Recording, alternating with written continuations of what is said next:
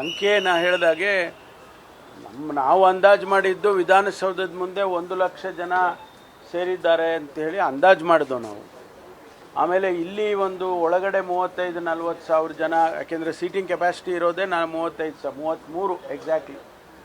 ಅದರಲ್ಲಿ 35 ಸಾವಿರ ಜನ ಅಂದ್ಕೊಂಡಿದ್ವಿ. 40 ಅಂದರೂ ಕೂಡ ಹೊರಗಡೆ ಒಂದು 2.5 ಲಕ್ಷ ಜನ ಇದ್ರೇನೋ ಅಂತ ನಾವು ಅಂದಾಜು ಮಾಡಿದ್ದು. ಆದರೆ ಈಗ ಮೆಟ್ರೋನವ್ರು ಹೇಳೋರೆ ಇದನ್ನು ಸಂಖ್ಯೆಯನ್ನು ತೊಗೊಂಡ್ರೆ 8.7 ಅಂದರೆ 8,70,000 tickets have been sold. People have travelled.